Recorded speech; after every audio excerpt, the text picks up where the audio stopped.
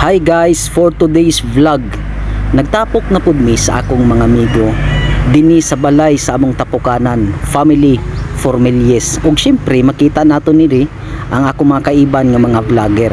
So samtang nagplano kami kung unsay among kaunon, unsay among i-food trip, naghinuktok pa kami ani. Syempre, ingon ana man gyud kung magplano unsay kaunon. Ug samtang nagplano kami guys, diretso na di ay paghiwa og mga isda. Syempre, presko ang among isda dinhi. Mo na presko kayo na, gikan pa na siya sa dagat. Ug samtang naghiwa sa among kinilaw, nagpa-cute-cute ang ako migo. Kay siya daw ang pinakaabtik maghiwa og kinilaw diri sa Siargao. Aduna pod may lato og mga sawsawan nga gikan pa sa punuan.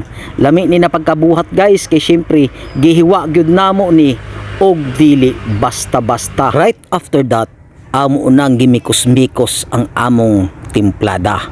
Mao nang gimix-mix na namo ang among kinilaw para mulami na gyud ang iyang lasa. Halang kayo ni siya ug amoy pa lang ulam na. Mauna ang Siargao nun magtimpla sa kinilaw na dili basta-basta. Naapod milato nga presko kaayo gikan pagyud ni sa dagat. Syempre lami pud ni isagol sa atong kinilaw with thunder bahaw.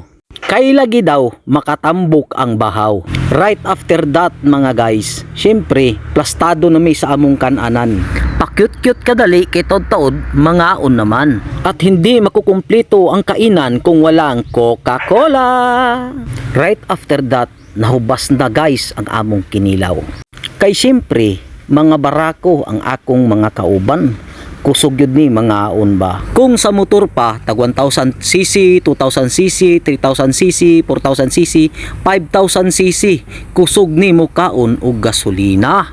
In a few moment later guys, syempre busog na, kay bugat na ang gininhawaan. Nagpakilid na ang uban, kay bugat naman ang ilang mga tiyan.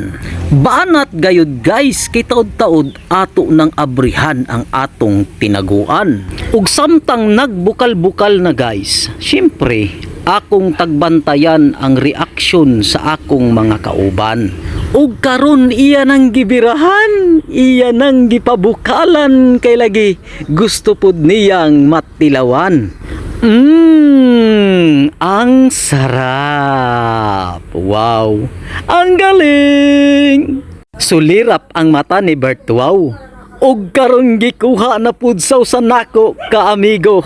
Iya yung gidaghan kay lagi gusto niyang mapuno ang baso o gipaspasan pud sa akong usa ka amigo. This is Ron's Melods Vlog, so please comment, like and share, and paki-subscribe na lang and hit the notification bell para lagi tayong update sa susunod nating mga video.